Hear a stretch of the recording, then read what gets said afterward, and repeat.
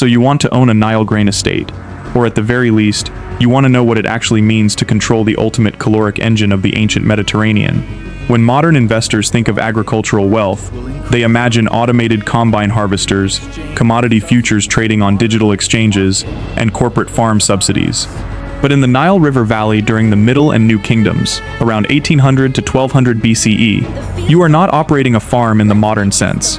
You are running a central bank whose vaults are filled with edible wealth, an environmental energy grid powered entirely by solar radiation and river silt, and the foundational economic pillar upon which the entire Egyptian civilization rests.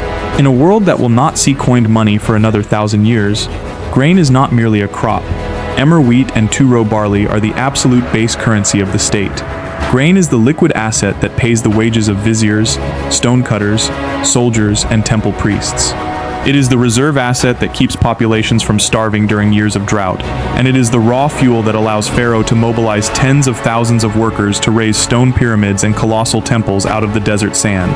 Owning a major grain estate means you hold the physical backing of the Egyptian economy, but it also means you are managing a volatile, environmentally exposed asset, subject to catastrophic climate swings, ruthless tax assessments, massive storage decay, and a labor system where a single mistake in water management can transform immense paper wealth into immediate, life-threatening famine.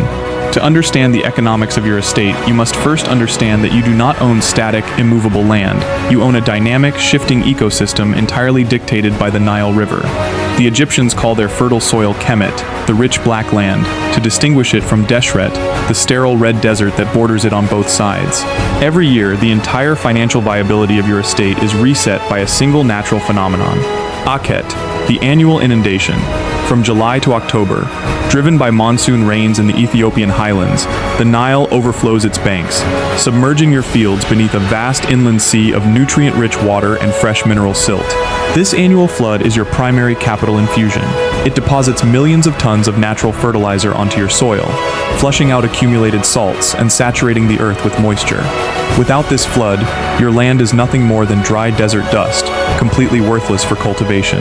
But this dependence on the river introduces the most terrifying variable in your business model. You cannot control the size of your capital infusion. Every year, priests and scribes read the Nilometers, stone wells carved into the riverbanks at Elephantine and Memphis, to track the exact height of the rising waters. If the Nilometer records a flood of 16 cubits, it is a year of glorious economic abundance. The water reaches the edge of the desert, depositing rich silt across every acre of your holdings, promising a bumper crop. But if the Nilometer reads only 12 cubits, it signals an economic catastrophe. The water fails to reach your high-lying fields, leaving massive tracts of land bone-dry and unplantable. Famine looms, grain prices skyrocket, and your estate's potential output drops by 40% in a single week. Conversely, if the Nilometer records an excessive flood of 19 or 20 cubits, the raging waters sweep away mud brick villages, destroy irrigation dikes, wash out granaries, and drown livestock. You are trapped between two environmental extremes, where either too little or too much water can instantly destroy your operational capital. Assuming the inundation recedes normally in late autumn, ushering in Peret, the season of emergence and planting, you face your first major logistical headache, re-establishing the physical boundaries of your property. When the floodwaters recede, they leave behind a smooth, featureless plain of wet black mud. All field markers, boundary stones, and irrigation ditches constructed the previous year have been completely erased or buried under inches of fresh silt. To prevent violent land disputes between neighboring estate owners, the state dispatches the scribes of the cord, ancient land surveyors equipped with long, knotted measuring ropes soaked in beeswax. These scribes measure the exact dimensions of your fields, recalculating the total surface area of your estate down to the square cubit. This surveying process is not merely an administrative courtesy, it is the moment your tax liability is calculated for the entire year. The scribes do not wait until you harvest your grain to decide what you owe the state. They measure the raw square footage of your land, evaluate the depth of the silt deposit, inspect the proximity of your fields to main irrigation canals, and calculate an official expected yield. You are taxed on what the land should produce under ideal conditions, not on what you actually manage to harvest 6 months later. If a swarm of locusts later ravages your crops, or if a sudden heat wave withers the wheat before harvest, the state scribes do not care. The tax ledger was written in the wet mud of November, and the state expects its full quota of grain delivered to the royal granaries come spring. This tax structure places immense financial risk squarely on your shoulders. You are effectively operating under a leveraged agrarian contract where your fixed expenses to the government are locked in long before your production process is even halfway complete. To maximize your yield and meet these aggressive state targets, you must invest heavily in human labor and agricultural infrastructure. The moment the floodwaters drain off the land, the clock starts ticking. The mud remains soft and moist for only a brief window before the blistering sun bakes it into an impenetrable brick-hard crust. You must mobilize your entire workforce immediately. Your estate relies on a hierarchical labor force, led by an overseer of the field, who commands a permanent staff of tenant farmers, known as ihuti, supplemented during peak seasons by conscripted peasant labor under the state corvée system. The planting process is brutally physical and surprisingly primitive. Unlike modern agriculture, which uses heavy metal plows to turn deep soil, Egyptian farming requires only shallow surface scratching to prevent the underlying moisture from evaporating. Your workers guide light wooden plows tipped with bronze or hard wood, drawn by pairs of long-horned cattle or donkeys. Behind the plows walk the sowers, casting seeds of emmer wheat and barley by hand across the damp silt. Right behind the sowers come herds of sheep, goats, or pigs, driven across the freshly seeded mud to trample the grains deep into the moist soil, protecting them from scavenging birds and the scorching sun. The financial cost of maintaining these draft animals and human workers is staggering, and it represents your largest continuous operational overhead. In a cashless economy, you do not pay your workers in coin, you pay them in direct caloric rations. Every single day, you must distribute thousands of pounds of grain, baked bread, dried fish, onions, and jars of thick, yeasty beer to sustain your labor force. You must also supply them with coarse linen garments and olive or sesame oil for skin protection against the harsh sun. This creates a complex cash flow paradox. During the months when your fields are actively growing and producing zero income, your operational costs are at their absolute peak. You must feed hundreds of workers out of your stored grain reserves from the previous year. If your previous harvest was weak, you may find yourself forced to borrow grain from temple treasuries or wealthy royal officials at exorbitant interest rates, often 30 to 50%, just to feed the workers necessary to plant the next crop. A single bad harvest followed by a high-interest grain loan can initiate a downward debt spiral that ends with the state or a temple seizing your estate to clear your arrears. As the crops grow throughout the winter months, your primary operational task shifts to irrigation management. Egypt receives almost no rainfall. Every drop of water that sustains your wheat must be manually diverted from the main channel of the Nile through a complex network of primary, secondary, and tertiary canals that crisscross your estate. Your workers spend weeks digging out silted channels, repairing earthen levees, and operating the shadoof, a counterweighted lever system with a leather bucket at one end and a heavy mud weight at the other. Using the shadoof, a single worker can lift hundreds of gallons of river water per day out of the main canal and tip it into the higher-tier irrigation ditches that feed your distant fields. This infrastructure requires constant maintenance. If a main dike collapses due to poor construction, thousands of gallons of precious water spill uselessly into low-lying desert depressions, leaving your high-tier fields to dry out and die in the heat. By April or May, the landscape transforms from lush green to shimmering gold, signaling the arrival of Shemu, the harvest season. This is the most intense, high-stakes period of the agricultural year. You must recruit every available hand in the region, men, women, children, and elderly workers, to gather the crop before the intense summer heat causes the wheat heads to shatter, spilling the grain onto the ground where it cannot be recovered. The harvesters move through the fields in long lines, using curved sickles made of wooden frames set with razor-sharp flint teeth or bronze blades to cut the stalks of wheat high near the ear, leaving the long straw standing in the field to be grazed by cattle or collected later for brickmaking.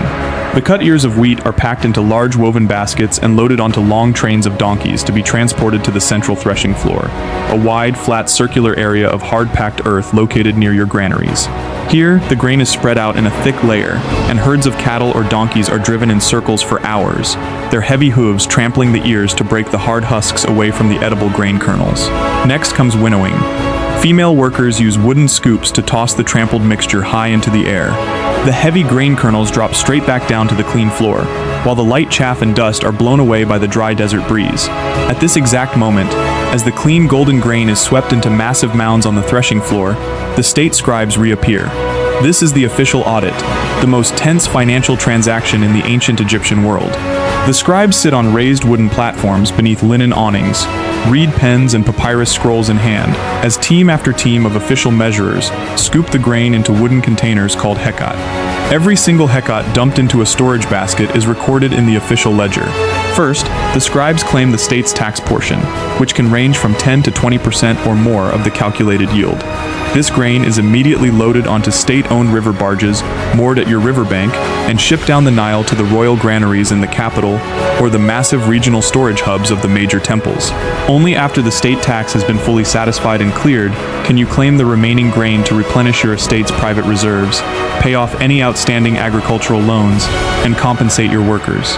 Now you face the next major challenge in the life cycle of your agricultural capital: long-term storage and asset protection. Grain is a biological currency, and like all organic wealth, it begins to rot and degrade the moment it is harvested. To store thousands of bushels of emmer wheat and barley, your estate must maintain a massive granary complex. These facilities are architectural marvels of practical engineering: tall, cylindrical mud brick silos with dome tops, built on raised stone platforms to prevent ground moisture from seeping into the storage chambers. Workers climb exterior ladders to pour the winnowed grain through small openings near the roof, sealing the entry points with thick plaster once the silo is full. Grain is accessed when needed through small wooden trapdoors located at the base of the structure. Despite this clever design, your stored grain is under constant, relentless attack from a host of environmental enemies. Granary weevils, flower beetles, and fungal mold thrive in the warm, dark interiors of the mud brick silos. Rats and mice can gnaw through mud brick walls in a single night, establishing massive breeding colonies inside your wealth. Birds swarm around the filling hatches, and human thieves are a constant threat in a society where grain equals food and survival. In the ancient world, the rate of storage loss, known to modern economists as shrinkage, is astonishingly high. A typical Egyptian estate owner expects to lose between 10 and 15% of their stored grain every single year to pests, moisture, and spoilage. This means that grain is a naturally depreciating asset. You cannot simply hoard grain in a silo for 10 years and expect to remain rich. Every month your capital sits in storage. A fraction of it literally evaporates into dust or gets eaten by rodents. You are forced to actively deploy, trade, or lend your grain before environmental decay erodes its underlying value.